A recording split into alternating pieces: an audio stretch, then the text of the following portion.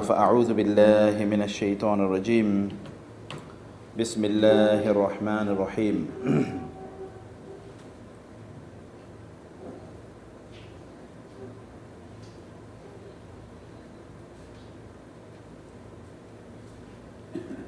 يا أيها الذين آمنوا إن جاءكم فاسق بنبأ فتبينوا أن تصيبوا قوما بجهالة فتصبحوا على ما فعلتم نادمين.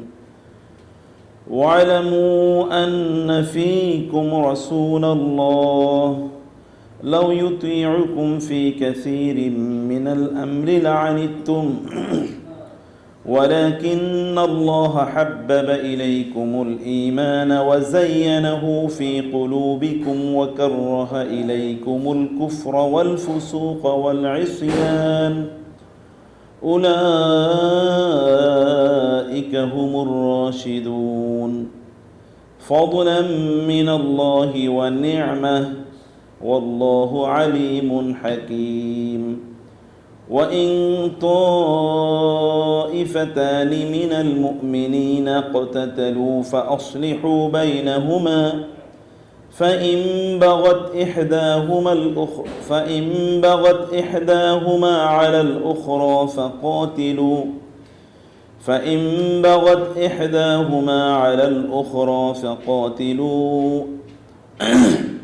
فقاتلوا التي تبغي حتى تفيء إلى أمر الله فإن فاءت فأصلحوا بينهما بالعدل وأقسطوا إن الله يحب المقسطين. إنما المؤمنون إخوة فأصلحوا بين أخويكم واتقوا الله لعلكم ترحمون. يا أيها الذين آمنوا لا يسخر قوم من قوم عسى أن يكونوا خيرا منهم ولا نساء من نساء عسى أن يكن خيرا منهن ولا تلمزوا أنفسكم ولا تنابزوا بالألقاب بئس الاسم الفسوق بعد الإيمان ومن لم يتب فأولئك هم الظالمون. يا أيها الذين آمنوا اجتنبوا كثيرا من الظن إن بعض الظن إثم ولا تجسسوا ولا يغتب بعضكم بعضا أيحب أحدكم أن يأكل لحم أخيه ميتا فكرهتموه واتقوا الله إن الله تواب رحيم. يا أيها الناس إنا خلقناكم من ذكر وأنثى وجعلناكم شعوبا وقبائل لتعارفوا إن أكرمكم عند الله أتقاكم إن الله عليم خبير. قالت الأعراب آمنا قل لم تؤمنوا ولكن قولوا أسلمنا ولما يدخل الإيمان في قلوبكم وإن تطيعوا الله ورسوله لا يلتكم من أعمالكم شيئا إن الله غفور رحيم. إنما المؤمنون الذين آمنوا بالله ورسوله ثم لم يرتابوا وجاهدوا بأموالهم وأنفسهم في سبيل الله أولئك هم الصادقون. قل أتعلمون الله بدينكم والله يعلم ما في السماوات وما في الأرض والله بكل شيء عليم. يمنون عليك أن أسلموا قل لا تمنوا علي إسلامكم بل الله يمن عليكم أن هداكم للإيمان إن كنتم صادقين إن الله يعلم غيب السماوات والأرض والله بصير بما تعملون আল্লাহ সুবহানাহু ওয়া তাআলা শুকর আদায় করছি, তিনি আমাদেরকে আজকের এই তারবিয়া সেশনে জয়েন করার তৌফিক দান করেছেন এবং এই কারণে বলি আলহামদুলিল্লাহ। রাসূলুল্লাহ সাল্লাল্লাহু আলাইহি ওয়াসাল্লামের উপর দুরূদ এবং সালাম বর্ষিত হোক। আল্লাহুম্মা সাল্লি ওয়া সাল্লিম ওয়া বারিক আলা নাবিয়িকা মুহাম্মদ। আল্লাহুম্মা সাল্লি আলাইহি আল্লাহুম্মা বারিক আলাইহি। সম্মানিত ভাইরা এবং বোনেরা,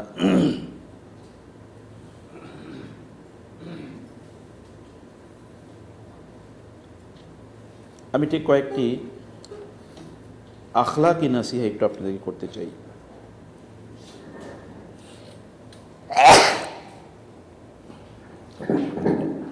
আলহামদুলিল্লাহ, আখলাকি নাসিহাগুলো আপনাদের জন্য খুব জরুরি। এর মধ্যে এক নম্বর নাসিহা করতে চাই, যখন আপনার মসজিদে হাঁটেন তখন নামাজিদের সামনে দিয়ে হাঁটেন এবং এটাকে গুনাহ মনে করেন না, এমন লোক আছেন কিনা এখানে? হ্যাঁ,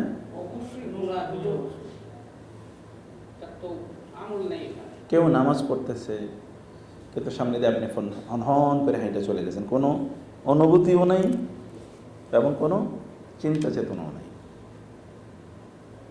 এটা করেন না তো আপনারা? এটাই করে এখানে জায়েজ নাকি?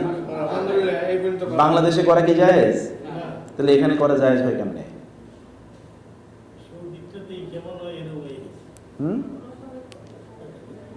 এখানে করা কি কোনো একটা গুনাহ বাংলাদেশে করলে যতটুকু গুনাহ হবে এখানে করলে কি কম হবে না বেশি হবে? বেশি হবে। এখানে করলে বেশি হবে। এখানে যদি সওয়াব বেশি হবে গুনাহ বেশি হবে না? অতএব ব্যাপারে সাবধান। কোনো মানুষ নামাজ পড়ছে তার সামনে দিয়ে হেঁটে যাওয়া যাবে না, এটা নিষিদ্ধ। রাসূল সাল্লাল্লাহু আলাইহি ওয়াসাল্লাম বলেছেন, যে যায় বাধা দেওয়ার পরে যদি যায় তাহলে সে কি? ফাইন্নাহু শায়তান, ও শয়তান। যে সামনে দিয়ে যাচ্ছে নামাজে সে কি? সে কি? শয়তান। সাবধান। তারপরে কিছু নেই, তো আপনি নামাজ পড়ে তারপরে বসুন, তাসবিহ তাহলিল পড়ুন। আপনার জায়েজ বানাইছে কি এটা? না, এখানে সব জায়েজ, মানে তাহলে এখানে মদও খান, সমস্যা কি? 2 নম্বর জিনিস হচ্ছে, ফরজ নামাজের পরই দাঁড়িয়ে 2 রাকাত সুন্নত পড়েন কে কে? ফরজ নামাজ শেষ, এখনই দাঁড়িয়ে 2 রাকাত সুন্নত পড়া শুরু করে দিলাম, এরকম পড়ে না কেউ? হ্যাঁ,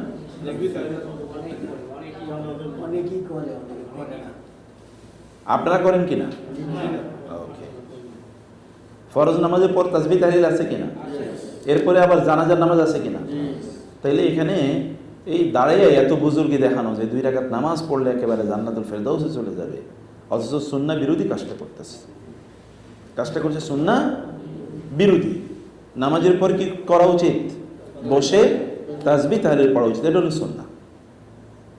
এটা দ্বিতীয় কাজ। তৃতীয় কাজ হচ্ছে, এই যে যাওয়া আসার মধ্যখানে যেখানে মনে চায় এখানে থুতু ফেলেন, এরকম কয়জন আছেন? মনে চাইছে এক জায়গায় থুতু, কফ, সর্দি অথবা বোতল ফেলে রাখলাম। এই জায়গাটাকে পবিত্র রাখার জন্য আল্লাহ তাআলা ইব্রাহিম এবং ইসমাইল ইসলামকে নির্দেশ প্রদান করেছেন, আনতাহিরা বাইতিয়া লিত-তাইফিনা ওয়াল আকিফিনা ওয়ার রুকআইস সুজুদ। আপনারা পবিত্র রাখবেন, আর আমরা করতেছি অপবিত্র। এই ব্যাপারে সাবধান থাকতে হবে। 4 নম্বর বিষয় হলো, আমরা অন্যদের অধিকার। গতকাল আপনারা অনলাইনে কারা কারা ছিলেন আলোচনায়? মাত্র 2-3 জন। মাশাআল্লাহ। আচ্ছা, হ্যাঁ, কোনো সমস্যা নেই, মাশাআল্লাহ, আপনি সব পেয়ে যাবেন। না, গতকাল রাতে ছিল স্যার, ডিস্টার্ব ছিল, পরে ছিল অনেক ডিস্টার্ব দিচ্ছে, বলতে শুনতেছে না। ওকে, ফাইন। তো কালকের অনলাইন আলোচনায় কালকের আলোচনায় একটা বিষয় বলছিলাম যে অন্য মুসলমানকে প্রাধান্য দেয়া, মনে আছে একটা কথা বলছিলাম, অন্য মুসলমানকে প্রাধান্য দেয়া। কিন্তু আপনি যায়া খাবারের অথবা এই যে কি বলে এটাকে লিফটের অথবা টয়লেটের বিভিন্ন জায়গায় আপনি নিজের মতো করে সব করতেছেন, অন্য মুসলমানকে এখানে অধিকার আছে তার দিকে তাকাচ্ছেন না। যেমন লিফটে কয়েকজন দাঁড়ায় আছে, আপনি পরে আসছেন, কে আগে উঠবে? নাকি আমি আগে উঠে যাব, একটু চান্স পাইছি ফাঁকি দিয়া, আমি অনেক চালাক, অনেক বুদ্ধিমান, চালাক তো বলেন, অনেক বুদ্ধিমান আমি, অন্যরা দাঁড়িয়ে আছে, আমি কিন্তু উঠে চলে আসছি। বিমানবন্দরও সারাইটা করে, হ্যাঁ, লাইন রাখা তাড়াতাড়ি মানে ইমিগ্রেশনে। এগুলো জায়েজ আছে? কথা বুঝে জায়েজ আছে কিনা? জায়েজই নেই, কারণ অন্যের অধিকার কি এখানে হুকুকুল ইবাদ এখানে লঙ্ঘিত হচ্ছে। অন্য কারো হক আপনি লঙ্ঘন করতে পারবেন না। আপনি দাঁড়ায় থাকেন, সমস্যা দাঁড়ায় তাসবিহ তাহলিল পড়েন, কিন্তু সেটি এগুলো করা যাবে না কোনোভাবে। এই অনেকগুলো বিষয় আমরা আখলাকি কিছু জিনিস আপনাদেরকে বলেছিলাম এখানে। এরকম কয়েকটা আখলাকি জিনিস একটু আজকে আপনাদের সামনে আলোচনা করবো ইনশাআল্লাহ। আল্লাহ তাআলা আমাদের তৌফিক দান করুন, আল্লাহুম্মা আমিন।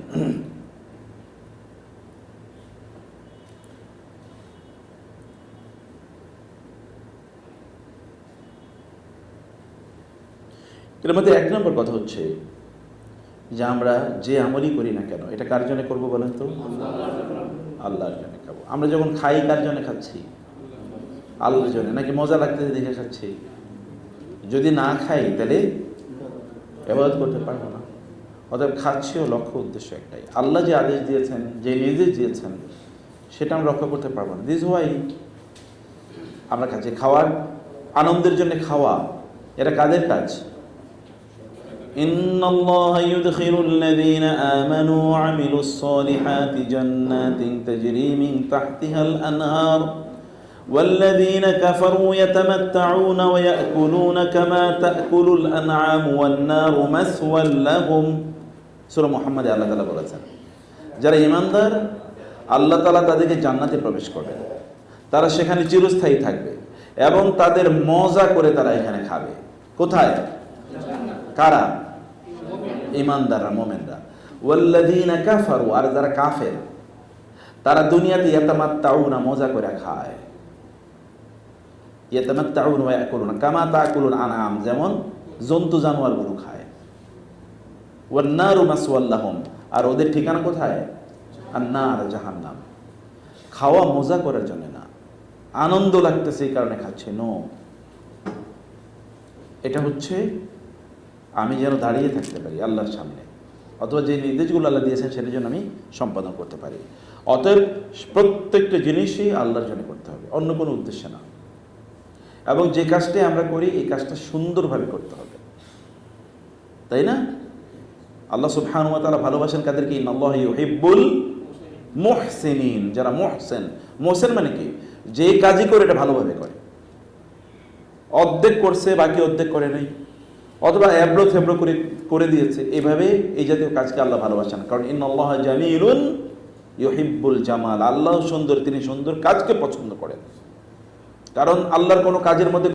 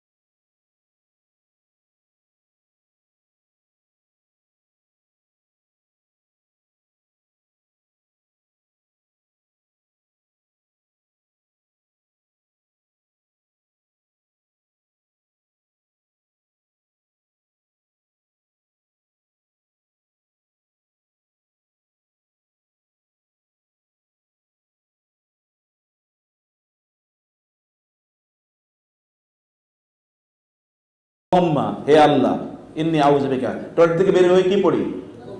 গোফরানাকা, কার কাছে ক্ষমা চাই? গোফরানাকা, কা মানে আপনার। দেখেন তো আল্লাহর নাম ছাড়া কি আছে? ইমানদারের জীবনে আল্লাহর নাম ছাড়া কিচ্ছু নাই, একটা মুহূর্ত নাই তার আল্লাহর নাম ছাড়া। কিন্তু হজটাই শুধু আল্লাহর নাম ছাড়া করবো নাকি?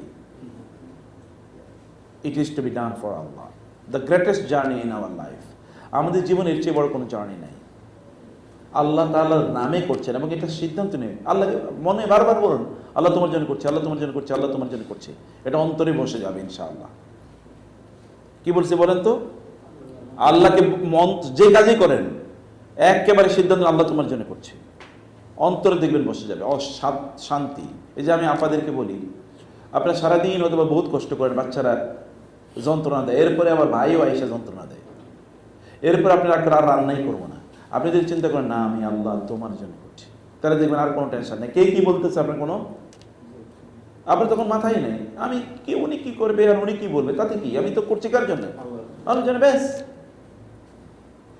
Things are solve. কারণ আল্লাহর জন্য করছেন এই অনুভূতিটা তৈরি করার সাথে সাথে আল্লাহ তার অন্তরটাকে কি করে দেবেন? প্রশান্ত করে দেবেন। আলা বিযিকরিল্লাহি তাতমাইন্নুল কুলুব, আল্লাহর নামেই অন্তর শান্ত হয়, আর কোনো নামে না। অতএব 2 নম্বর যে বিষয়টি বলতে চাই প্রিয় ভাইরা, তা হলো আমরা যেই কাজই করি না কেন এখানকার প্রত্যেকটা কাজ যেন আমাদের সুন্নাহ মোতাবেক হয়। কি মোতাবেক? সুন্নাহ মোতাবেক। সুন্নাহর বাইরে যেন কোনো কাজই না হয়। এখন আমাদেরকে আসার সময় গতকাল আমাদেরকে একজন জিজ্ঞেস করছে যে আমরা যদি মিনার ওই দিনগুলোতে মিনায় না থাকি, হোটেলে থাকি, এর সমস্যা কি? আমি বলছি ঠিক আছে, আপনি যদি বাংলাদেশ থেকে হোটেলে থাকার জন্য টাকা দিয়ে আসতে থাকেন তাহলে থাকবেন, আরাফাতের দিনে হোটেলে শুয়ে থাকেন, সমস্যা কি? আপনারা কি হোটেলে থাকার জন্য এসেছেন টাকা দিয়ে, নাকি হজ করতে এসেছি? রাসূল সাল্লাল্লাহু আলাইহি ওয়াসাল্লাম কোন হোটেলে ছিল? ওই যে ইয়েতে ক্লক টাওয়ারে ছিল না উনি? হ্যাঁ, নাকি নাকি হিলটনে ছিল?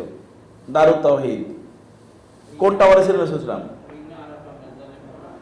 তখন টাওয়ার ছিল এই মরুভূমিতে, ওই যে ওইখানে পানি নাই, খাবার নাই, তাবু নাই, রাস্তাঘাট নাই, সেখানে তিনি ছিলেন না? কিন্তু আমাদেরকে লোকেরা প্রশ্ন করে আমরা হোটেলে আইসা রাতে থাকতে পারবো কি না। আচ্ছা, আমাদের বাসা বাড়িগুলো কি হোটেলে এসে খারাপ? আমরা যে বাসায় থাকি দেশে খারাপ না তো, তাহলে আমরা এখানে হোটেলে এসে থাকার জন্য এসেছি? No, objective should not be missed, objective যেন মিস না হয়। এবং আমরা বলেছি আমরা মিনাতে 3 দিন থাকবো। কয়দিন? 2 দিন থাকবেন। যারা তারা কারা হাত বলেন তো দেখি। রাসূল ইসলাম কয়দিন ছিলেন? তারা আপনি যে আমরা যে ফতুয়া খুঁজি 2 দিন থাকলে হবে কিনা, 2 দিন থাকলে হবে কিনা, যে আমরা 3 দিন থাকবো, কষ্ট হলে থাকবো, আমরা হজ করার জন্য এসেছি না নাকি? এবং আল্লাহ তাআলা বলেছেন ওয়ামান তাআজ্জালা ফালা ইসমা ওয়ামান তাআখারা ফালা ইসমা আলাইহি লিমান ইত্তাকা। তাকওয়ার পরিচয় হলো কয়দিন থাকা? 3 দিন। এটা হলো তাকওয়ার পরিচয়। 10, 11, 11, 12, 13, 11, 12, 13, এই 3 দিন। 2 দিন থাকলেও জায়েজ। আপনি কি জায়েজটা করবেন না সর্বোত্তমটা করবেন? উত্তমটা করবো। আমরা জায়েজটা তো করতে চাই না, আমরা সর্বোত্তমটা করতে চাই। আমরা রাসূল যা করছে তা করতে চাই। আর কোনো কথা আছে? বুঝেন না কথা? আমরা রাসূল যা করছে তা করতে চাই। সেটা কি? তিনি ওখানে 3 দিন ছিলেন। তো ওইটা যদি জায়েজটা যদি বেশি বুজুর্গি হইতো, তাহলে রাসূল ইসলামের চেয়ে বড় বুজুর্গ কেউ ছিল নাকি দুনিয়াতে? রাসূল ইসলামের চেয়ে ভালো কাজের ক্ষেত্রে অগ্রগণ্য পৃথিবীতে কেউ ছিল? আল্লাহ সৃষ্টিতে কেউ নাই রাসূলের চেয়ে ভালো কাজের ক্ষেত্রে অগ্রগণ্য। আমার চেয়ে ভালো কাজে কেউ অগ্রগণ্য? তিনি চ্যালেঞ্জ করে বলতেন কথা, আনা আতকাকুম আনা আরাফুকুম লিল্লাহ, আমি তোমাদের মধ্যে আল্লাহকে বেশি চিনি, আল্লাহকে বেশি ভালোবাসি, আল্লাহকে বেশি ভয় পাই। এই কারণে এখন এই আসার সময় একজন জিজ্ঞেস করছে যে আমরা যেহেতু 10 তারিখে জিলহজ মাসের 10 তারিখে যেহেতু বাইতুল্লাহ অনেক ভিড় থাকবে, আমরা সাইটা আগে করে ফেলতে পারবো কিনা? সাই কয় তারিখে? সাই কয় তারিখে? 10 তারিখে, 10 জিলহজের। ওই যে আরাফাত থেকে ফিরে এসে মুজদালিফায়, এরপরে মুজদালিফা রাতে থাকবো, মিনে আসবো সকালবেলা, আইসা ওইখানে জামারাতে পাথর মারবো, এরপরে বাইতুল্লাহতে আসবো। কি করার জন্য? তাওয়াফ এবং সাই করার জন্য। কোনদিন তো অনেক ভিড় থাকবে, সাইটা আগে করে ফেলতে পারবো কিনা? আমি বললাম আরাফাতে আজকে যে থেকে আসা যায় না, তাহলে তো একটু কষ্ট কমে যায়, ওই দিন আর এত কাহিনী, না খালি আছে। তাই না? এখন তো খালি আছে, ওই একটু থাইকা আসি। দেখছেন?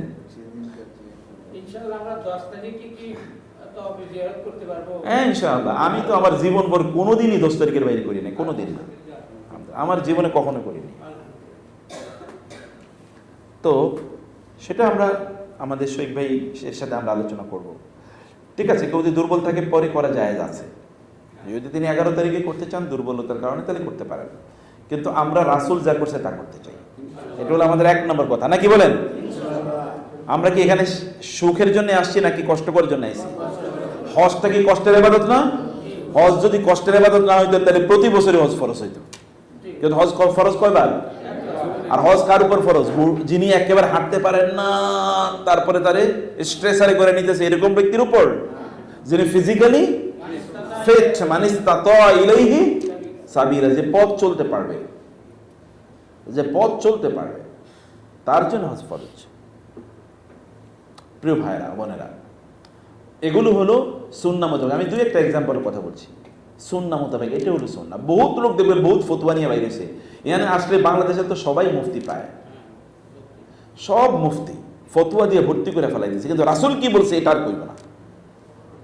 তার ফতোয়া আল্লাহর রাসূলের ফতোয়ার চেয়ে কি বড়? সবচেয়ে বড় মুফতি কে? আল্লাহ তাআলা। তারপরে সবচেয়ে বড় মুফতি কে? আল্লাহর পরে কে? রাসূল ইসলাম। কোরআনে বলেছেন আল্লাহ সবচেয়ে বড় মুফতি। ইয়াসআলুনাকা কুলিল্লাহু ইউফতিকুম ফিল কালালা। তারা এসে আপনার কাছে ফতোয়া জিজ্ঞেস করে, আল্লাহ ফতোয়া দিতেছেন, তাহলে সবচেয়ে বড় মুফতি কে? আল্লাহ। তারপর হচ্ছেন রাসূল ইসলাম। এরা নিজেরা ফতোয়া বাইর করতেছে, আল্লাহ আল্লাহ রাসূল কি বলছে তার বাইরে নিজেরা ফতোয়া বাইর করছে। কারণ মানুষ যদি মানুষের এমনি তো মানুষের চরিত্র হলো কি, তারা যদি বলে বসতে, তাহলে সে কি করে? শুয়ে পড়ে না, বসতে বললে শুইতে চায়, এরকম বাঙালি চরিত্র না? তো এই বাঙালির যদি এই পথ দেখায়, তারপরে অধিকাংশ লোক এরপরে রাতে গিয়ে ওখানে থাকেই না, এখানে দিনে ঘুমায়, মনে হচ্ছে ঘুমানোর জন্য আসে। কারণ মিনার ময়দানে এত কষ্ট, এই কষ্ট করার জন্য আসে নাই। সুবহানাল্লাহ। হজের মধ্যে কেউ যদি কষ্ট না করে, তাহলে সে হজের কোনো মজাই পাবে না। ইবাদতটার মধ্যে কি আছে? কষ্টটা এর সাথে বিল্ট ইন, মানে এটার সাথে কি ইন্টিগ্রাল, ইনসেপারেবল, এটা একেবারে অবিচ্ছেদ্য অংশ হলো কষ্ট। আপনি যদি কষ্ট না করেন তাহলে আপনি বুঝবেন, আপনার মনে হচ্ছে এটা একটা পিকনিক, এটা একটা pleasure journey. So hajj is not a pleasure journey, এটা আপনার কষ্ট বেশি সওয়াব কম, নাকি কষ্ট যত বেশি সওয়াব তত বেশি? কষ্ট বেশি কি সওয়াব কম? তাহাজ্জুদের নামাজ কি কষ্ট কম না বেশি? সওয়াব বেশি না কম? বেশি। যার মধ্যে কষ্ট বেশি এখানে সওয়াব বেশি। তাহলে 2 নম্বর কি বললাম? আমাদের হজটি সুন্নাহ মোতাবেক হবে, সুন্নায় যা আছে তার বাইরে আমরা কোনো কিছু করবো না। ব্যাস। কে কি ফতোয়া দিচ্ছে আমি তা জানতে চাই না, সবচেয়ে বড় মুফতি যিনি তার কাছ থেকে ফতোয়া নিয়ে আমরা চলবো। ঠিক আছে ইনশাআল্লাহ। 3 নম্বরে আমাদের এই হজ, আপনারা যারা আছেন আপনারা একটু খুঁজে বের করেন নিজেদের মাঝে, অথবা আপনারা নিজেরাই হয়ে যান সর্বোত্তম সঙ্গী, উত্তম সঙ্গী। সঙ্গী কেমন হওয়া উচিত? উত্তম। উত্তম সঙ্গী হতে হবে। যেমন আপনার রুমমেট যারা আছে, এদের মধ্যে আপনি সবচেয়ে ভালো দিনদার হয়ে যান। রাসূল সাল্লাল্লাহু আলাইহি ওয়াসাল্লামকে প্রশ্ন করা হলো, আইয়ুল জুলাসাই খায়রুন, সবচেয়ে উত্তম সঙ্গী কে ইয়া রাসূলুল্লাহ? তিনি বলেছেন, সেই ব্যক্তি সর্বোত্তম সঙ্গী যার সাথে থাকলে তোমার দিনদারি বাড়বে, যার কথা শুনলে তোমার জ্ঞান বাড়বে, যার দিকে তাকালে তোমার আল্লাহর ভয় এবং ভালোবাসা তৈরি হবে। এই লোকটার দিকে তাকাইলে আল্লাহর কথা মনে পড়ে। এরকম লোক আছে না? এমন লোক আছে না তার সাথে থাকলেই কি আপনার দিনই কাজ করতে মনে চাইবে? এমন লোকের সাথে থাকা, অথবা নিজে এমন লোক হয়ে যাওয়া, নিজে এমন লোক হয়ে যাওয়া। রাসূল সাল্লাল্লাহু আলাইহি ওয়াসাল্লাম বলেছেন না সর্বোত্তম সঙ্গীর, বলে উত্তম সঙ্গীর উদাহরণ কি? আতরওয়ালার মতো, তাই না? উত্তম সঙ্গীর উদাহরণ কি? আতরওয়ালার মতো। আপনি আতরওয়ালার কাছে যে যদি আতর নাও কেনেন তাহলে কি করবে সে? এটা সুগন্ধি পাবেন না? আবার দেখবেন আতরের দোকানে যাওয়ার পরে আপনার হাতে একটু আতর লাগিয়ে দেয়, ভাই দেখেন কেমন লাগায় কিনা।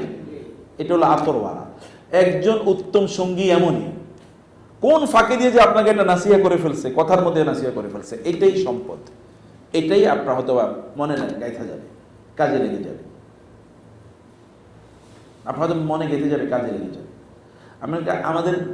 আমি একটা ভিডিও আজকে সকালে না গতকাল রাতে একটা দেখলাম, একটা কমেন্ট এসছে, মানে অনেক কমেন্ট তো আছে, তো হঠাৎ করে একটা কমেন্ট চোখ পড়লো। তো দেখলাম যে একজন একটা ভিডিওর নিচে কমেন্ট করে বলতেছে যে এই আলোচনাটা শোনার পর থেকে আমি এখন সময় অপচয় করা প্রায় বন্ধই করে দিছি কোনো ভালো কাজে। আমি চিন্তা করলাম সুবহানাল্লাহ, কে কবে ভিডিও বানাইছে ওরা, এই ভিডিও কবে ছাড়ছে, কোন লোকের গায়ে একটু মাথায় এটা মনে এটা লাগছে, সে বলছে আমি এরপর থেকে সময় নষ্ট করা বন্ধ করে দিছি।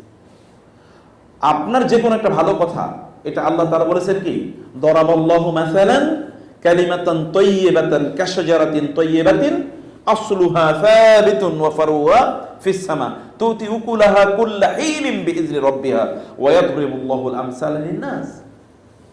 আল্লাহ বলেছেন একটা ভালো কথা, শুনেন, এটা আপনাদের জন্য খুবই জরুরি, আমাদের জন্য জরুরি। একটা ভালো কথার উদাহরণ হচ্ছে কি, একটা গাছের মতো, একটা ভালো গাছ, যে গাছের গোড়াটা অত্যন্ত শক্ত, এটা এমনি উপরে যত ঝড় তুফান আসবে ফেলবে না, আর তার ডালপালাগুলোকে আকাশে বিস্তৃত, বিশাল ময়ূর মানে কি বলেন তো, ওই যে গাছ 12 মাসই ফল দেয়। বট গাছ ফল দেয় না, কিন্তু ছায়া দেয়, কিন্তু এই গাছটা কি ছায়াও দেয় ফলও দেয় 12 মাস। এটা হচ্ছে একটা ভালো কথা। আপনি ভালো একটা কথা বলেন, এই ভালো কথার ফল, রাসূল ইসলাম ভালো কথা বলে গেছে কত বছর আগে, 1450 বছর আগে। আমরা এখনো বলতেছি কিনা ওই কথা? দেখেন এখনো বলছি, এবং কিয়ামত পর্যন্ত লোকেরা এই কথা বলবে না, বলবে। ভালো কথার উদাহরণ হচ্ছে এটা। একটু ভালো কথা বলেন, কি তোমরা এখনই খাওয়াইয়া ঘুমাইয়া দেবে নাকি? একটু পরে দাও, তাড়াতাড়ি শেষ করো দেয়া।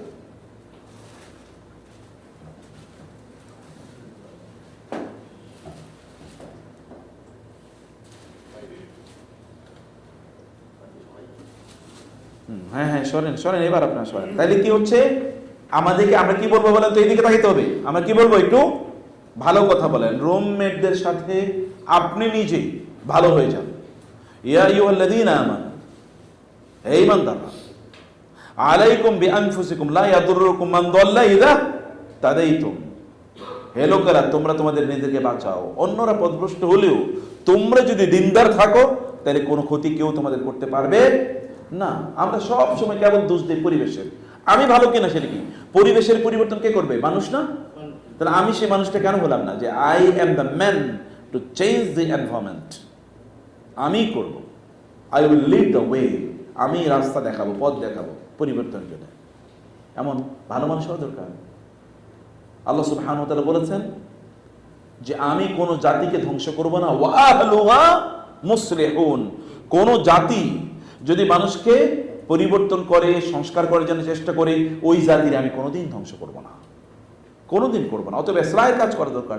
আপনি বলেন, মানুষ শুনলো কি শুনলো, that is their issue, but আপনি তো আপনার কাজটা পালন করেছেন। আর কেউ যদি দাওয়াতি কাজ করে, আল্লাহ তাআলা বলেছেন ইয়া আইয়ুহান নবী বাল্লিগ মা উনজিলা ইলাইকা মির রাব্বিক ফাইন লাম তাফআল ফামা বাল্লাগতা রিসালাতাহু ওয়াল্লাহু ইয়াসিমুকা মিনান নাস। আপনি দাওয়াতি কাজ করলে আল্লাহ তাআলা এই দাওয়াতের কারণে আপনাকে রক্ষা করবেন, ফিতনা থেকে রক্ষা করবেন, বিপদ থেকে রক্ষা করবেন, আপনি যেহেতু দাওয়াতি কাজ করছেন। তো দায়ী হওয়ার জন্য কি মাদ্রাসায় পড়ার প্রয়োজন আছে? অনেক বেশি কোরআন হাদিস জানার প্রয়োজন আছে? আপনি দায়ী হতে পারেন যতটুকু আপনি শিখেছেন, ততটুকু আপনি পড়েন, আপনি অতটুকুই বলেন, এই কথাগুলি বলেন, ওই কথাগুলি বলেন। প্রিয় ভাইরা, তাহলে কি হবে, সর্বোত্তম সঙ্গী আমাদের হওয়া লাগবে। আমরা যদি এমন না হই, ওই হাঁপড়ওয়ালা মানে কি, কামারের মতো যেন না হয়। কামারের কাছে গেলে কি হবে, ওই যে ওইখানে যে আগুন জ্বালাইতেছে, কিছু আগুন এসে আপনার গায়ে লাগবে, জামা কাপড় পরতে পারে। যদি জামা কাপড় নাও পরে, তাহলে ওইখান থেকে উল্কা আইসা এরপর কি আপনার গায়ে পড়তে পারে। যদি তাও না হয়, তাহলে কমপক্ষে কি কিছু ধোঁয়া তো খাইবেন নাকি? ধোঁয়ার গন্ধ আছে না, আছে কিনা? কামারের ধোঁয়ার গন্ধ আরো বেশি। ওই ধোঁয়ার গন্ধ আপনার গায়ে লেগে থাকবে, কতক্ষণ পরে জামা থেকে ধোঁয়ার গন্ধ। কামারের কাছে গেলে, খারাপ লোকের সাথে থাকলে এইরকমই। খারাপ লোকের সাথে থাকলে সবচেয়ে বড় প্রবলেম কোথায় জানেন? ওই কাজটা যে খারাপ, এই অনুভূতি আর আপনার থাকবে না, বুঝেননি? এবং এই জন্য ইমাম গাজ্জালী একটা উদাহরণ দিয়েছেন, এটা হচ্ছে গোলাপ ফুলের, মানে ইয়ে থেকে ওই পুকুরের তলায় যে মাটি থাকে, এই মাটি কোনোদিন শুকিয়ে দেখেছেন? আমি দেখছি ছোটবেলা। পুকুরের নিচে একেবারে তলায় যে পানি মাটি থাকে, একবার মাটি শুইকা দেখেন, ওই মাটিগুলো কি থাকে? মাটি পচে গেছে না? এর মধ্যে মাটির মধ্যে কি থাকে? গন্ধ থাকে, কিন্তু ওগুলো মাটির আলাদা গন্ধ, কালো থাকে। কালো থাকে গন্ধ। তো একবার এরকম একটা মাটি কেউ নিয়ে আসার পরে দেখা গেল যে মাটির মধ্যে গন্ধ নেই, সুগন্ধি। বলে কি রে, ঘটনা কি? বলে একটা গোলাপ ওইখানে আমার সাথে ছিল, ওই থাকার কারণে গোলাপের গন্ধ আমার মধ্যে ঢুকে গেছে, গোলাপের সুগন্ধি আমার মধ্যে ঢুকে গেছে। আমাদের গোলাপ হওয়া লাগবে যেন অন্যের মধ্যে দুর্গন্ধ থাকলেও এটা কি দূর হয়ে যায়, অন্যের মধ্যে দুর্গন্ধ থাকলেও যেন দূর হয়ে যায়। এখন আমরা উত্তম সঙ্গী হয়ে যাই, অন্যরা যেন বলে যে না আমার একজন ভালো রুমমেট ছিল। আপনার কথাবার্তা, আচার আচরণ সব কিছুর মধ্যে উত্তম সঙ্গী হওয়ার জন্য চেষ্টা করা দরকার। কারণ এই সফরে যদি আমাদের আখলাকি পরিবর্তন না হয়, তাইলে এই সফর, শুধুমাত্র এই সফর আমাদেরকে বাঁচাতে পারবে না। মনে রাখবেন, ইবাদতের মূল লক্ষ্য উদ্দেশ্য কি? মানুষের মধ্যে পরিবর্তন তৈরি করা, তাই না? প্রত্যেকটা ইবাদতের পরে কি বলা আছে দেখবেন, উদ্দেশ্য বলা আছে, তোমরা রোজা রাখো লাআল্লাকুম তাত্তাকুন, যেন তোমরা তাকওয়া অবলম্বন করতে পারো। তোমরা নামাজ পড়ো, তাহলে তোমরা অশ্লীল এবং হারাম কাজ থেকে দূরে থাকতে পারবা, তোমরা ধৈর্য ধারণ করতে পারবা। প্রত্যেকটা ইবাদতের জন্য তো যাকাত দাও, তাহলে তোমার অন্তর পরিষ্কার পরিচ্ছন্ন হবে। তার প্রত্যেকটা ইবাদতের জন্য উদ্দেশ্য আছে, এই উদ্দেশ্য যদি অর্জন না করা যায় তাহলে এই ইবাদত কেবল একটা খোলস। আচ্ছা, আমাদের রোজা আর হিন্দুদের উপবাসের মধ্যে পার্থক্য কি? ওরাও না খেয়ে থাকে, আমরাও না খেয়ে থাকি, তাহলে মূল পার্থক্যটা কোথায়? উদ্দেশ্য। মূল পার্থক্য উদ্দেশ্য। ডাক্তারের কাছে গেলেই ডাক্তার বলবে না খেয়ে থাকবেন, উপবাস যত থাকতে পারবেন তত সুস্থ থাকবেন। ডাক্তার এই প্রেসক্রিপশন দেন এখন, যত কম খাইতে পারবেন। দেখবেন যারা বেশ করে ওই যে নিউট্রিশনিস্ট দেখবেন তারা খুব কম, এইটা খাবেন, ওটা খাবেন, এটা খাবেন, এটা খাবেন, এইটুকু খাবেন, ওই সময় খাবেন, ওই সময় খাবেনই না, একবারে ব্লক টাইম দিয়ে দেয়, এই সময় খাইতেই পারবেন না, দেন ডায়েট শর্ট দিয়ে দেয়, সন্ধ্যার পর থেকে আপনি খেতেই পারবেন না, একটা চার্ট ব্লক। তাইলে ওরও কিন্তু উপবাসের কথাই কয়, কিন্তু আমরা যে সিয়াম রাখি এটাও উপবাস, কিন্তু এটা কার জন্য? আল্লাহর জন্য। এবং উদ্দেশ্য কি? তাকওয়ার অর্জন। তাকওয়া যদি কারো না থাকে, এই রোজা রাখছে আর 2 নম্বরই করতেছে, তাহলে তার এই রোজা তো তার দুনিয়ায় বাঁচাইতে পারে না, আখেরাতে কেমনে বাঁচাবে? এই রোজা তাকে দুনিয়ায় বেনিফিট দেন, আখেরাতে কেমনে বেনিফিট দেবে? তাই না? সেটা সুদূর পরা হলো। প্রিয় ভাইরা, এই জন্য আপনাদেরকে বলছি যে আমরা যেন উত্তম সঙ্গী হই এবং আল্লাহকে দোয়া করি, হে আল্লাহ তুমি আমাকে উত্তম সঙ্গী বানাও, আল্লাহুম্মা আমিন। চতুর্থ, প্রিয় ভাইরা বোনেরা, চতুর্থ হচ্ছে আমরা অন্যের উপর যেন বোঝা না হয়ে যায়, বরং আমরা অন্যদেরকে যতটুকু সম্ভব সাপোর্ট করি। আচ্ছা, সবাই কি হাজি না আল্লাহর মেহমান না? কথা বুঝেন না? সবাই কি আল্লাহর মেহমান কিনা? তো আপনার যিনি খেদমত করেন উনি কি আল্লাহর মেহমান না? তা আপনার কোনো খেদমত করার প্রয়োজন নেই? সব খেদমত পাওয়াই কি আমাদের উদ্দেশ্য? পিশাবদের মতো বৈশা থাকবে আর আমরা পার্টি পাবে এসা? খেদমত করার প্রয়োজন আছে কিনা? রাসূলুল্লাহ সাল্লাল্লাহু আলাইহি ওয়াসাল্লাম একটা সফরে সাহাবায়ে কেরামদের সাথে ছিলেন। তো রাসূল সাল্লাল্লাহু আলাইহি ওয়াসাল্লাম কোন একটা জায়গায় হল করলেন, এখন রান্না বান্না হবে। তো সবাই সবকিছু আনতেছে, রাসূল সাল্লাল্লাহু আলাইহি ওয়াসাল্লাম কি আনতেছেন? তিনিও লাগ দিয়ে আনতেছেন। তখন সাহাবায়ে কেরাম বলে, ইয়া রাসূলুল্লাহ আপনি বসেন, আমরা করব। তিনি তখন কি উত্তর দিয়েছেন জানেন? তিনি বলছেন, তোমরা আমার চেয়ে বেশি শক্তিশালী না, আর তোমাদের সেই সওয়াব আমার কম প্রয়োজন নাই। কি বলছে? তোমরা আমার চেয়ে বেশি শক্তিশালী না, আর তোমাদের চেয়ে সওয়াবের প্রয়োজন আমার কম না। আমারও সওয়াবের প্রয়োজন আছে, আমারও শক্তি আছে। সুবহানাল্লাহ। তার যদি সওয়াবের প্রয়োজন হয়, এই যে আমরা হজ করতে আসছি, এই হজ করার কারণে আমরা যতটুকু সওয়াব পাবো, আল্লাহ রাসূল কি তার চেয়ে 1 ফোঁটা কম পাবে? গোটা পৃথিবীতে 200 কোটি মানুষ এখন যে ইবাদত করে এই মুহূর্তে, এই ইবাদত করে তারা যতটুকু সওয়াব পাবে, রাসূল সাল্লাল্লাহু আলাইহি ওয়াসাল্লাম একাই কি ততটুকু সওয়াব পাবেন। এইরকম প্রতিদিন তার আমলনামায় সওয়াব ঢুকতেছে কিনা? এটাকে কি বলে? সাদকায়ে জারিয়া। সাদকায়ে জারিয়াটা কি? সাদকায়ে জারিয়া মানে হচ্ছে আপনি কোনো কাজ করেন না, কিন্তু আপনার আমলনামায় কি পেনশনের টাকার মতো ঢুকতেই আছে, অথচ আপনি কিন্তু চাকরি করতেছেন না। হ্যাঁ, passive income, exactly passive income. এটা প্যাসিভ ইনকামের রাস্তা আল্লাহ রাসূল সাল্লাল্লাহু আলাইহি ওয়াসাল্লাম কেমনে করেছেন, আদ-দাল্লু আলাল খাইরি কাফাইলিহি মান সান্না ফিল ইসলামি সুন্নাতান হাসানাতান ফালাহু আজরুহা ওয়া আজরু মান আমিলা বিহা মিন গায়রি আন ইয়ানকুসা মিন আজরিল আমিলি শাই। কেউ যদি কোনো ভালো কাজ এর প্রচলন করে, তাহলে যত লোক ওই ভালো কাজ করবে তত লোক যত সওয়াব পাবে, এই ব্যক্তি একা ততটুকু সওয়াব পাবে, কিন্তু ওনাদের সওয়াব একটু কমবে না। যারা কাজটা করে তাদের সওয়াব কমবে না, কিন্তু যিনি এটা ইন্ট্রোডিউস করেছেন তিনি কি ততটুকু সওয়াব পাবে। আপনি ধরেন কোন একটা মাদ্রাসা প্রতিষ্ঠা করেন, ফর এক্সাম্পল, এখানে যদি 1000 স্টুডেন্ট পড়ে, 10,000 পড়ে, 10,000 মিলে যতটুকু সওয়াব পাবে আপনি একা ততটুকু সওয়াব পাবেন। কি অসাধারণ আল্লাহর দিন।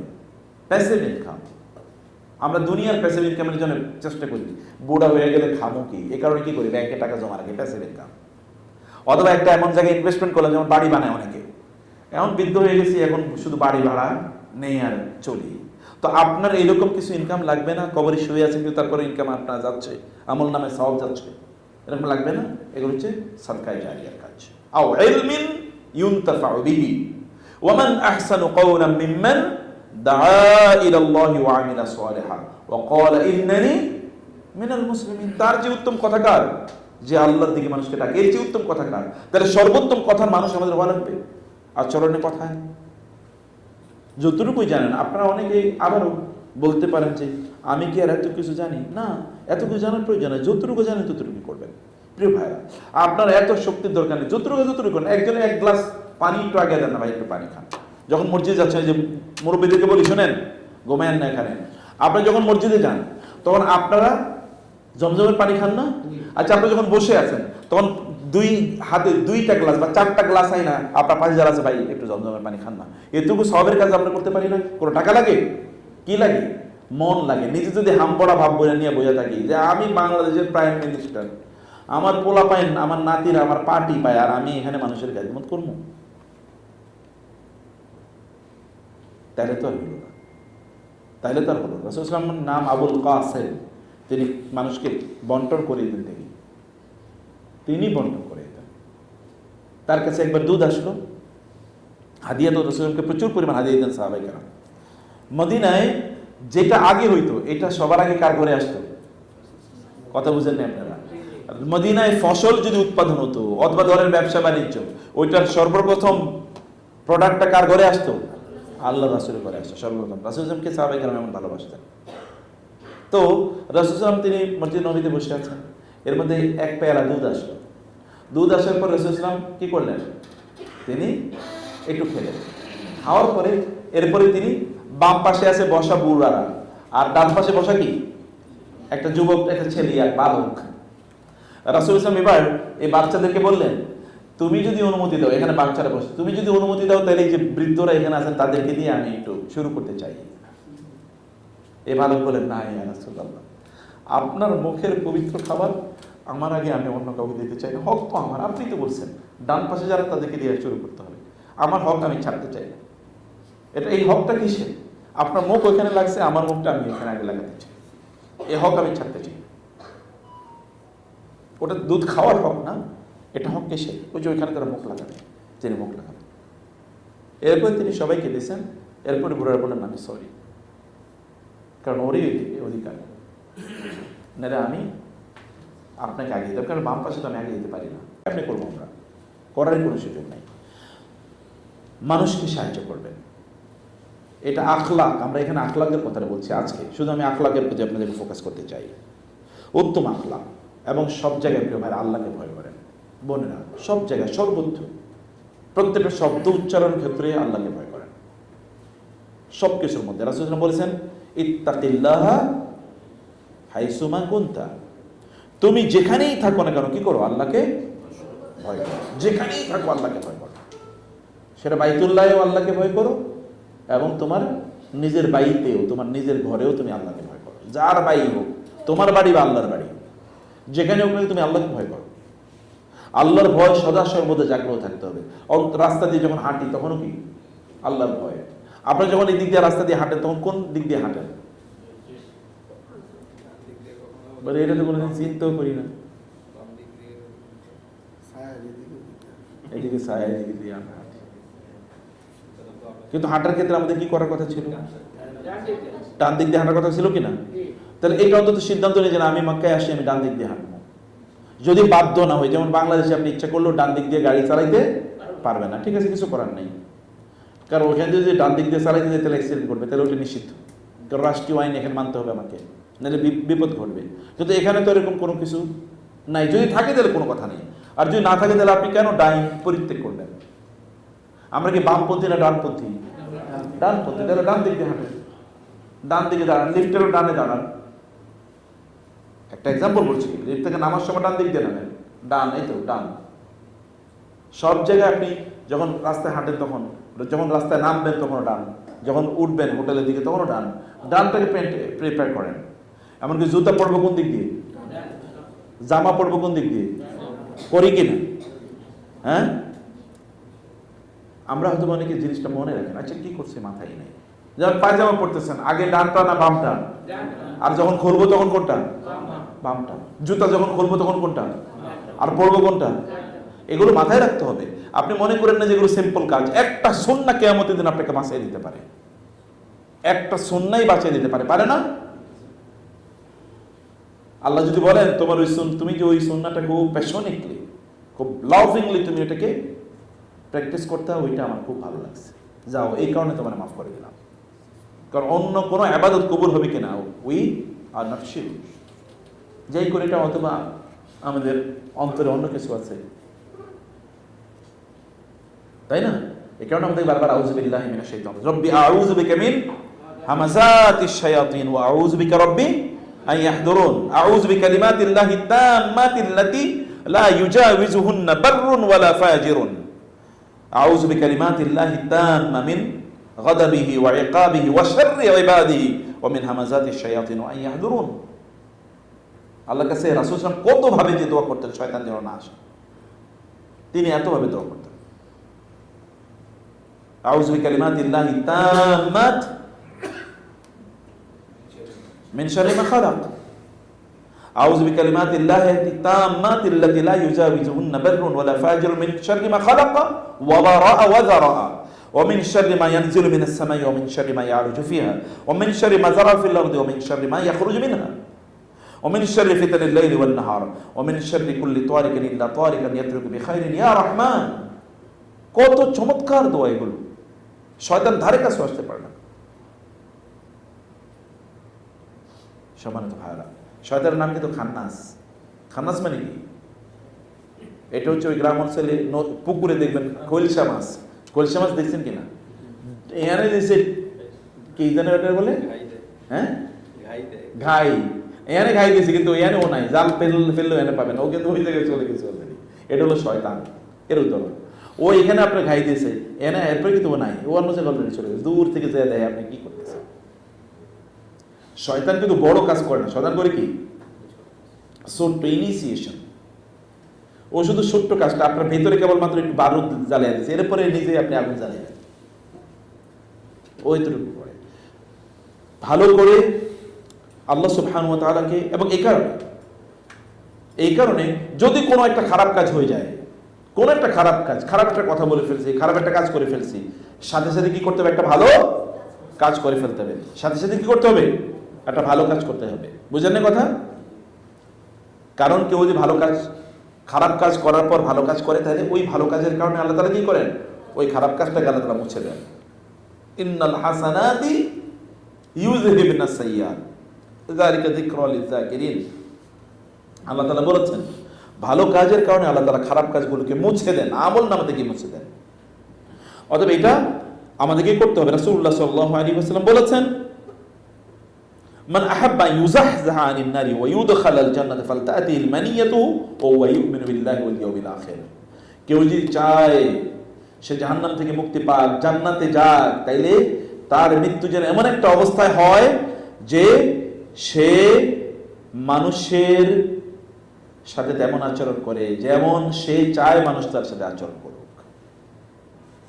মানুষের জন্য তা ভালোবাসে সে যেটা চায় মানুষ তার জন্য ভালোবাসুক।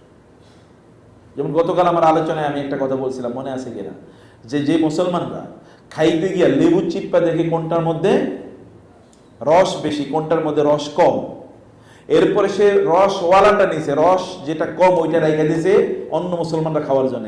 এই জান্নাতে যাওয়ার আশা করি কেমনি?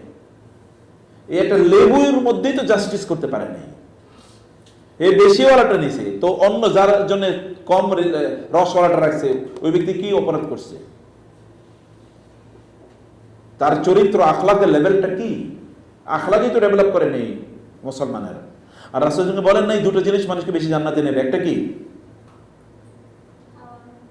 হুসনুল খুলক, উত্তম চরিত্র, আল বীর, এবং মানুষের উত্তম আচরণ। এই দুইটাই মানুষকে জান্নাতে বেশি নেবে।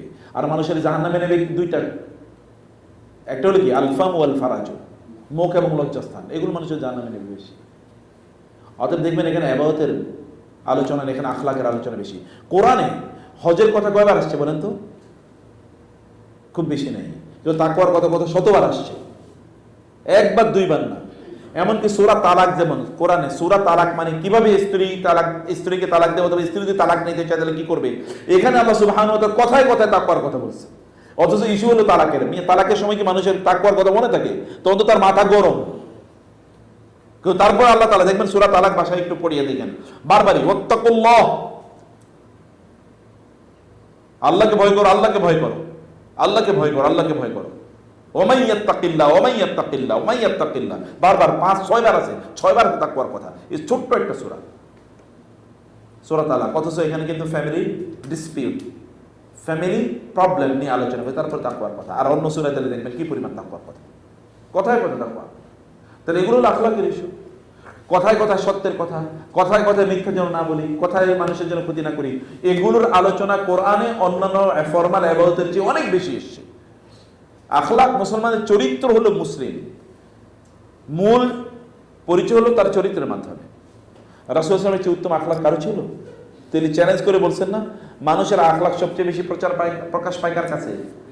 তার স্ত্রীর কাছে, তার পরিবারের কাছে না? বলছে আমার পরিবারের কাছে জিজ্ঞেস করো কি আমার আখলাক কেমন। আর তোমরাও তোমাদের পরিবারদেরকে জিজ্ঞেস করো। যেমন আমি বলি, এখানে যারা বৃদ্ধ ইয়াং যারা আছেন, ভাবিদেরকে যদি জিজ্ঞেস করো যে আপনার স্বামীর আখলাক কেন, বলে এক দিস্তা কাগজ নিয়ে আসেন, লিখে দিই, বইলা শেষ করতে পারবো না নাকি? এটা তখন একটা উপন্যাস হয়ে যাবে লিখতে লিখতে। তো আমাদের আখলাকটা ডেভেলপ করবে, এখানে আমাদের আখলাকটা প্রদর্শন করা লাগবে প্রিয় ভাইরা। ষষ্ঠ যে বিষয়টি, আমি আর আচ্ছা আমরা নামাজে যাবো 5 মিনিট। ষষ্ঠ যে বিষয়টি তা হচ্ছে বেশি বেশি জিকির আজকার, বারবার যে কথা আমি বলছি, জিকির, আজকার, ইস্তিগফার, দোয়া, এগুলো আমাদেরকে বেশি করা লাগবে। জিকির, আজকার, ইস্তিগফার। যেমন এখানে আপনারা বসে আছেন, এখনো তো আমরা কি মনে মনে সুবহানাল্লাহ, আলহামদুলিল্লাহ বলতে পারি, আর আলোচনাটা আমরা শুনতে পারি, অথবা অন্যান্য সময় বলতে পারি, করতে পারি। সময়টাকে আল্লাহর জিকিরে ব্যয় করা। মনে রাখবেন, ইংরেজিতে বলা হয় না, idle brain is idle brain is devil's workshop।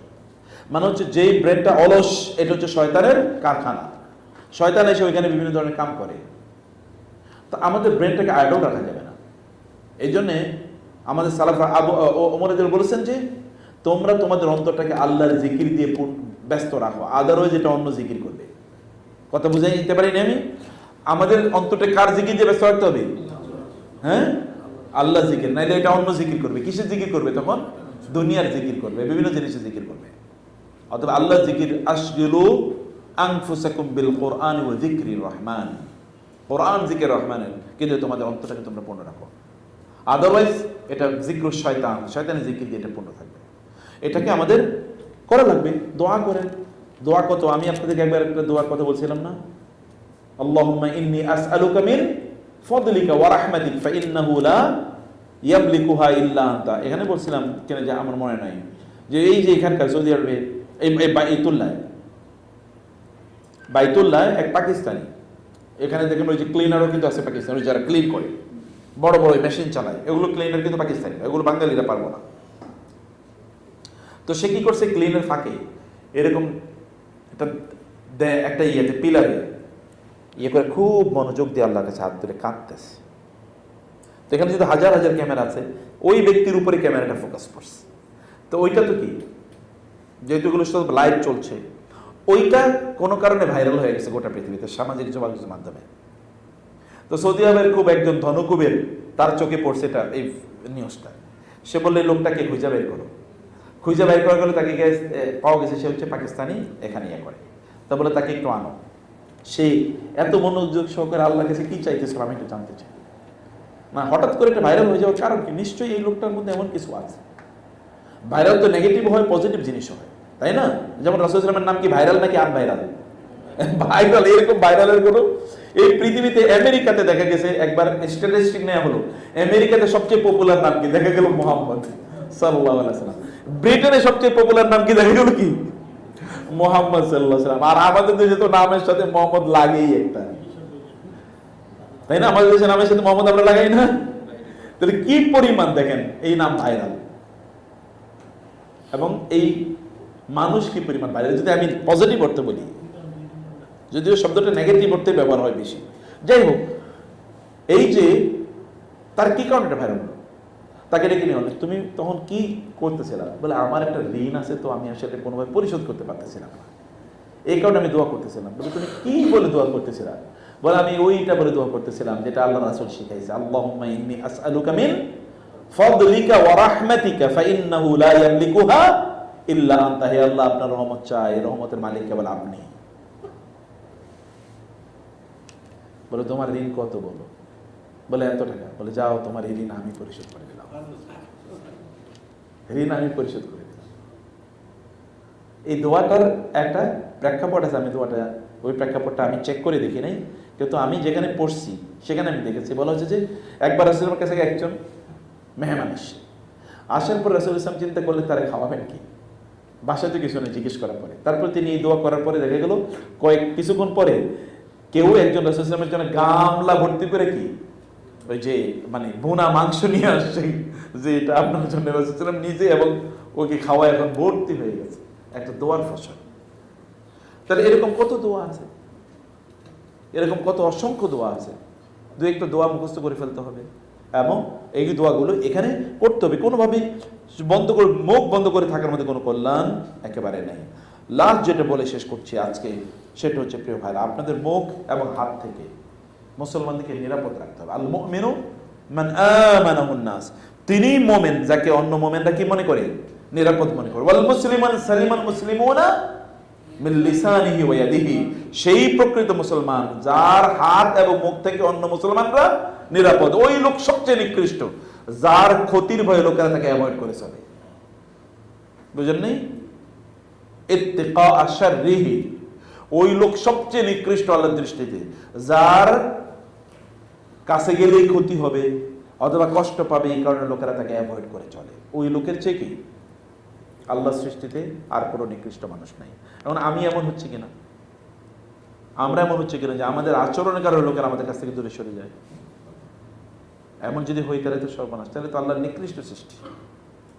আমাদেরকে মৌমাছি মৌছাকের মতো হওয়া লাগবে, যেখানে কি মৌচাক, যেখানে লোকেরা আসবে। মৌচাককে, মৌমাছিগুলো আসে কি কারণে? কারণ এখানে তার মধু আছে, অথবা ফুল যেখানে তার মধু আছে সেখানে সংগ্রহ করবে। এমন একটা নিজেদেরকে এমন একটা চরিত্রের রূপান্তরিত করা দরকার, এখান থেকে খুশবু ছড়াবে। বুঝতে পারছেন? এই হজের সফরটা যেন আমাদের এরকম একটা সফর হয়। হজের সফরটা যেন যতটুকু পারেন, আমি আবারও বলছি লাস্ট কথা, যে আপনারা নিজেরা হাজিদের কিছু খেদমত করেন। আপনার টাকা দিয়ে করার দরকার নেই, সার্ভিস ইজ অ্যাভেলেবল, সেটাই করেন না। আপনার রুমে খাবারটা দিয়ে গেছে, অথবা ধরুন আপনাকে এখানে খান কোথায় আপনারা? কিসে? মানে রুমে খাবার দেয়? ও না, এখানে ডাইনিং এ। সুবহানাল্লাহ। তাহলে কোন একজন বসে আছে, তাকে বলেন যে ভাই আপনি বসেন, আমি আপনার খাবারটা নিয়ে আসি। এটুকু করার জন্য কোনো টাকা দেওয়া লাগে? এটা একটা বড় মনের পরিচয়। আপনি একটু বসেন, আমি আপনার খাবারটা নিয়ে আসি। বুঝতে পেরেছেন? করা যায় না এটা? অনেকে বলে আমি এই কাম করবো, আমি কি কি নাকি বলে, আমি কি মেসিয়ান নাকি? মেসিয়ান নাকি বলে না, ওয়েটার। আমি কি ওয়েটার নাকি? করতে পারবেন কিনা? বোনেরা কথা কয় না কেন? পারবেন তো? করেন না। অন্য কেউ, আপনি একটু বসেন, আমি খাবারটা নিয়ে আসেন। একটু দুই একবার করে দেখেন, সত্যি ভালো লাগবে, সত্যি সত্যি ভালো লাগবে ইনশাআল্লাহ। ওকে, জাযাকুমুল্লাহ খায়ের। কিন্তু আপনারা আজকে সংখ্যায় কম, আমার মনটা খারাপ হয়ে গেছে। এই একই সোহাগ, হ্যাঁ রমে গেছে না? আপনি তো এখানে থাকেন না রক ভাই, তা আপনার লোকজন কই? এটা তো হবে না।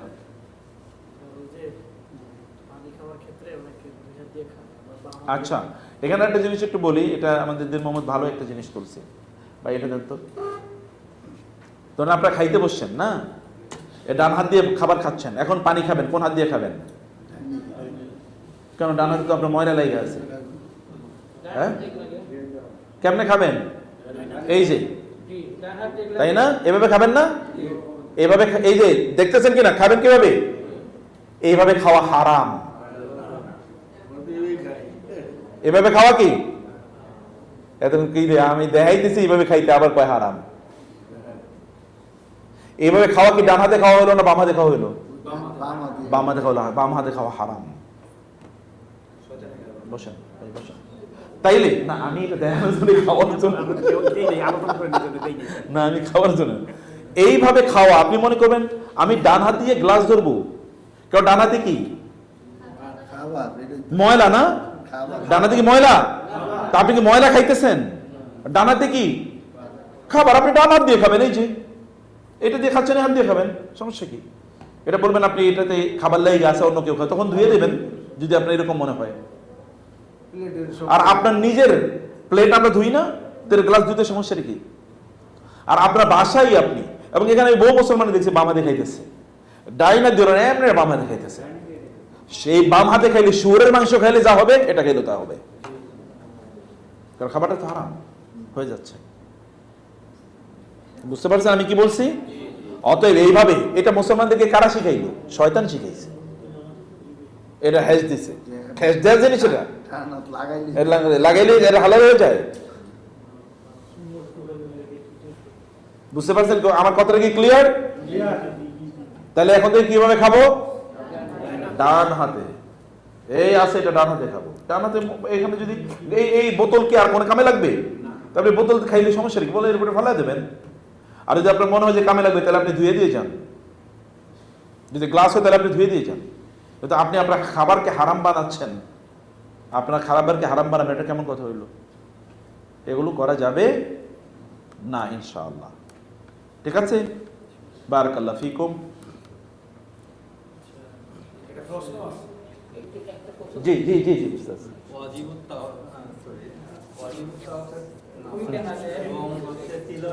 আচ্ছা ভাই, আজানের অপেক্ষায় থাকি যখনই মসজিদ না করে, জি এটা কি আমাদের জন্য ঠিক? খুবই গুরুত্বপূর্ণ একটা প্রশ্ন। আমরা যারা মসজিদে, জাযাকাল্লাহ খায়ের উস্তাদ, আমরা যখন মসজিদে যাই, তখন আজানের অপেক্ষা করে অনেকে কি করে না, দখল মসজিদ পড়ে না, বসে যায়। মসজিদে গিয়ে নামাজ না পড়ে বসা কি জায়েজ আছে? জায়েজ নেই। ফালা ইয়াজলিস হাত্তা ইউসাল্লিয়া রাকাতাইন, সে যেন 2 রাকাত নামাজ না পড়ে যেন না বসে। 2 রাকাত নামাজ পড়েই যেন বসে। কথাটার অর্থ এরকম। তাহলে আমাদেরকে 2 রাকাত সালাত আদায় করতেই হবে, করে তারপরে বসবেন। এটা তো হলো দুখুল মসজিদ। আর আজানের পরে এটা তো কি, সেটা আরেকটা নামাজ।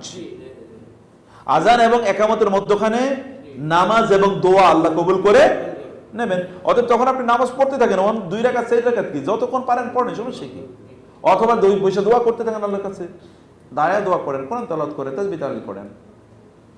কিন্তু এখানে গিয়ে ওই যে ওটার জন্য বসে থাকা, আবার অনেকে আছে যায় ঠাস করে বসে যায়, এরপরে আবার উঠে। মানে বেদাত কেমনে যে শয়তান চালু করছে, যে একটু ঠাস করে বসে এরপরে উঠে নামাজ পড়ে। ফজরের আগে আমরা কি করব? ফজরের নামাজের আগে মসজিদে ঢুকলে আমরা কি করব? একই কাজ। অনেকে যেটা মনে করেন, শুনে এটা খেয়াল করবেন, বলে ফজরের নামাজের আজান দিয়ে দিছে, এরপরে আর কিছু পড়া যাবে না। এই ফতোয়া যে কে বাইর করছে তাও আমি জানি না। ফজরের নামাজ পড়ার পর সূর্য উদয় হওয়া পর্যন্ত আর নামাজ পড়া যায় না। এটা মাকরুহ টাইম। নামাজ পড়ার মাকরুহ টাইম 2টা, আর হারাম টাইম কয়টা? 3টা। কথা ভালো করে বুঝেন। নামাজ পড়ার মাকরুহ টাইম কয়টা? 2টা, আর হারাম টাইম কয়টা? 3টা।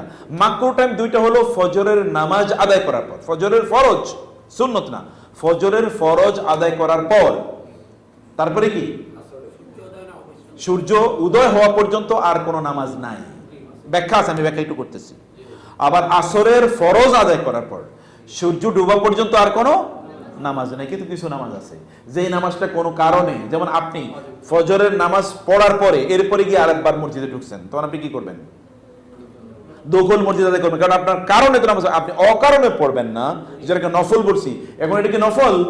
এটা নফল হইলো, এটা কি একটা কারণে পড়ছে। যেমন ধরেন তাওয়াফ করছে কেউ, তাওয়াফ করার পরে এখন আসরের পরে একবার আমি কি করলাম, বাইতুল্লাহতে তাওয়াফ করতেছিলাম, তা আসরের পরে, বুঝতে পারছেন, আসরের পরে আমি তাওয়াফে, আসরের পরে তাওয়াফ শেষ, তারপরে আমি ওখানে নামাজ পড়ছিলাম সুন্নাহ। হঠাৎ করে একজন, তিনি দুবাই বা বাহরাইনে কোন একটা জায়গায় উনি বড় চাকরি করেন, সরকারি ইঞ্জিনিয়ার অর সামথিং এলস, এসে আমাকে বলেন যে আপনি যে নামাজ পড়েন এখন তো নামাজ হবে না। আমি বললাম কেন? বলে তো মাকরু টাইম, নামাজ হবে না। উনি বই দেখাইতেছে, এই যে এখানে লেখা আছে আসর থেকে মাগরিব। আমি বললাম আপনি থামেন না, আসর থেকে মাগরিব মাকরু টাইম, নামাজ পড়া যাবে না। কিন্তু আমি কি কোন নামাজ পড়তেছি সেটা দেখছেন না? এটা হলো তাওয়াফের নামাজ। তাওয়াফের নামাজ এনি টাইম, এনি টাইম। রাসূল সাল্লাল্লাহু আলাইহি ওয়াসাল্লাম বলেছেন, ইয়া বানি আব্দে মানাফ, হে আব্দে মানাফ গোত্র, লোকেরা তাওয়াফ করার পর যেই সময় তারা তাওয়াফ শেষ করবে তখনই তারা নামাজ আদায় করবে, তাদেরকে বাধা দিও না। হারামে তো নিষিদ্ধ নেবে না, তখন তোমরা বাধা দিও না। এই যে বিষয়টা, এটা আমাদেরকে বোঝা লাগবে। তাহলে আপনি এখন ধরেন জোহরের পরে কি করলেন, মানে আসরের পরে আপনি এরপরে আবার ঢুকলেন, অথবা তাওয়াফ আপনি করলেন, তাওয়াফের পরে 2 রাকাত নামাজ, এটা আপনি পড়তে পারেন, কোনো সমস্যা নেই। অথবা আপনি মসজিদে ঢুকছেন, হ্যাঁ মসজিদে ঢুকছেন, দুখুলুল নামাজ, দুখুলুল মসজিদ, অথবা ওযু করছেন, তাহিয়াতুল ওযু, এটা তো কারণে আমি পড়ছি, এই কারণে নামাজ পড়া জায়েজ। কিন্তু অকারণে, যেটা কোনো কারণ নেই, এমনি আমি পড়লাম, এটা না। 2 নম্বর বিষয় হলো এরকম কি ফজরের পরেও, কিন্তু অনেকে এই মাসালারে উল্টে ফেলাইছে। বাংলাদেশ তো সব উল্টানোর জায়গা, বুঝতে পারছেন না? অনেকেই উল্টাইছে কি, তাহলে যে আমি ফজরের আজান দিয়ে দিছি, এখন কি আর নফল আদায় করতে পারবো কিনা? ভাই তুমি তো কোনো ফরজই আদায় করো নাই, ফরজের আগ পর্যন্ত নফল যতটুকু ইচ্ছা ততটুকু পড়া যাবে। এমনকি আপনি যে সুন্নত পড়ে ফেলছেন, ফজরের সুন্নত পড়ে ফেলছেন, এরপর আপনি মসজিদে ঢুকছেন, তখন কি করবেন? তখন আবার দুখুল মসজিদ পড়বেন কিনা? পড়বেন কিনা? পড়বেন। আপনি তো মসজিদে ঢুকছেন, এখন 2 রাকাত পড়বেন আপনি, মসজিদের সাথে সম্পর্ক, মসজিদের সাথে সম্পৃক্ত। ক্লিয়ার জিনিসটা? জি ওস্তাদ। ওয়াজিবুত তাওয়াফের নামাজটা কি সূর্যোদয় বা সূর্যাস্তের ওই সময়টাতেও পড়া যাবে? ওয়াজিবুত তাওয়াফের, ওই যে বলছি ওই হাদিসের কথা অনুসারে, যখনই তারা করছে তাওয়াফ শেষ করে তখনই কি করবে? 2 রাকাত নামাজ পড়তে, তাকে বাধা দিও না। হাদিসে, সই হাদিসে আছে কিনা? ব্যাস। আর তিলাওয়াতে সিজদার ক্ষেত্রে কি ওই সময়গুলো অ্যাভয়েড করার দরকার আছে? তেলাওয়াতে সিজদার ক্ষেত্রে অ্যাভয়েড করার কোনো প্রয়োজন নেই। তেলাওয়াতে সিজদা তাও তেলাওয়াতের সাথে সম্পৃক্ত জিনিস, সেটা তাতে কোনো অ্যাভয়েড করার প্রয়োজন নেই ইনশাআল্লাহ। তেলাওয়াতে সিজদার অনেক খেলাফ হয়, যেমন তেলাওয়াতে সিজদার জন্য ওযু করা বাধ্যতামূলক না। সালাফদের অনেকেই বলছেন না, ওযু বাধ্যতামূলক না। যেমন আপনি ধরেন অ্যাপস দেখে কোরআন পড়তেছেন, তখন আপনি কি করবেন? শুকরের সিজদার জন্য কি ওযু করা বাধ্যতামূলক? হঠাৎ করে ভালো একটা নিউজ শুনছেন, এটাও এরকম বাধ্যতামূলক না ইনশাআল্লাহ। নামাজের সিজদা যায় সালাতরত ব্যক্তি কতটুকু সামনে, এক্স্যাক্টলি, এটা আমি বলতে চাইছিলাম। খুবই ভালো প্রশ্ন করছে ভাই। ভাই তো জানে, আমাদেরকে জানানোর জন্য বলছে। একজন সলাতরত ব্যক্তির জায়গা কতটুকু? হাতটা বাড়ালে যতটুকু হয় অতটুকুই, হাত বাড়াইলে যতটুকু, এর বাইরে দিয়ে আপনি চলে যেতে পারবেন। বহুত লোক যেটা করে, তাহলে যে আপনি নামাজ শেষ করেন, ওই দাঁড়িয়ে আছে, এই লোকের যন্ত্রণায় আপনার নামাজেও মনোযোগ থাকে। কই মাছের মাথা যেমন আওয়াজ করে, নামাজ নষ্ট, নামাজ নষ্ট হয় না? আরে ভাই, আপনি তো এর সামনে দিয়ে এতটুকু তো আমার জায়গা, এরপরে আপনি যান গিয়া ঠিক সামনেই দাঁড়ায় থাকে, যেটাতে ইজিলি যাওয়া যায়, হ্যাঁ, একেবারে সামনে, একেবারে সামনে দেয়া থাকে। আর এই লোকের যন্ত্রণায় নামাজটাও ঠিক মতো পড়া যায় না, অনেক সামনে দাঁড়িয়ে থাকে। আরেকটা প্রশ্ন, এটা হলো আমার এক ভাই মিরপুরে, ওনার ফ্লাইট হলো 17 তারিখে আসছে, কিন্তু ওনার ফ্লাইট হলো রিটার্ন ফ্লাইট হলো 12ই জিলহজ, 12ই 30 তারিখ, কখন? 30 তারিখে রাত্র 12:10। আচ্ছা, যদি যেহেতু কোরআনের আয়াতে আছে মান তাআজ্জালা ফালা ইসমাইল, 2 দিন যদি থাকে তাহলে তার গুনাহ হবে না। যদি তিনি বাধ্য হয়েছেন তাহলে তিনি যেতে পারবেন, সমস্যা নেই। 13 তারিখ আমাদের তো, আমরা তো থাকবোই কইছি। না, আমাদের 13 তারিখ, আমার নিজের তারিখ, আমারও তো 13 তারিখ। কয়টায়? রাত্রে 12:10। সমস্যা কি? আমরা এখানে আগে চলে আসবো। জি জি আমরা আগেই দুপুরেই আমরা শেষ করে, একেবারে দুপুরে প্রথমেই জি আমরা পাথর মাইরা, ধরেন 1টার দিকে পাথর মাইরা আমরা চলে আসবো, এসে আমরা তাওয়াফ শেষ করে এরপর আমরা রেডি হয়ে যাবো গিয়া, সমস্যা নেই। বিদায় তাওয়াফ করে, বিদায় তাওয়াফ তো মাস্ট। বিদায় ইফতাহ না করলে কিন্তু দম দেওয়া লাগবে। জি জি আর স্যার নামাজের সামনে দিয়ে হাঁটার ক্ষেত্রে ফরজ সালাতের ক্ষেত্রে যেটা হয়, যেটা আমি পড়েছি হচ্ছে সূত্রার ব্যাপারটা, যে ইমাম সাহেবের সূত্রা হচ্ছে এক্স্যাক্টলি, এটা আবার আরেক আলোচনা। ইমাম সাহেবের সাথে যদি আমরা সালাত আদায় করি, ইমাম সাহেবের সাথে যদি সালাত আদায় করি, তাইলে সেই ক্ষেত্রে ইমামের সামনে সুত্রা থাকলে আমাদের আর লাগবে না। সেই ক্ষেত্রে দেখবেন আপনি জামাত শুরু হয়ে গেছে, আমি নিজেও এটা করি, কারণ এটা যেহেতু জায়েজ, হাদিস দ্বারা কোনো সমস্যা নেই, যেহেতু ইমামের সামনে সূত্র আছে, জামাত শুরু হয়ে গেছে, আমি সামনে একটা জায়গা ফাঁকা আছে, আমি সামনে দিয়ে চলে যেতে পারবো। অথবা ধরেন আমি এখানে দাঁড়িয়ে আছি, এই হচ্ছে কাতার, ওই জায়গায় জায়গা ফাঁকা, এখান থেকে আমি সামনে এসে ওখানে দাঁড়াতে পারবো, কোনো সমস্যা নেই, কারণ সূত্র কার আছে? ইমামের আছে। কিন্তু আমি যেটা আলোচনা করি এটা হলো ইন্ডিভিজুয়াল নামাজ, ব্যক্তিগত নামাজ।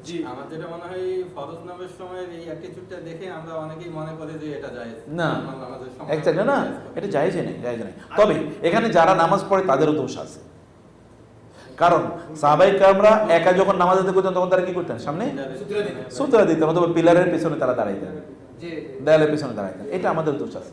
সূত্রটাকে নিজে দিতে হবে না, আর কোনো চিন্তা হবে না। অন্য যদি দিলেও হবে, নিজেই দিতে হবে, নিজেই নামাজ তো পড়তেছি আমি, তাহলে এটা আমার কাজ।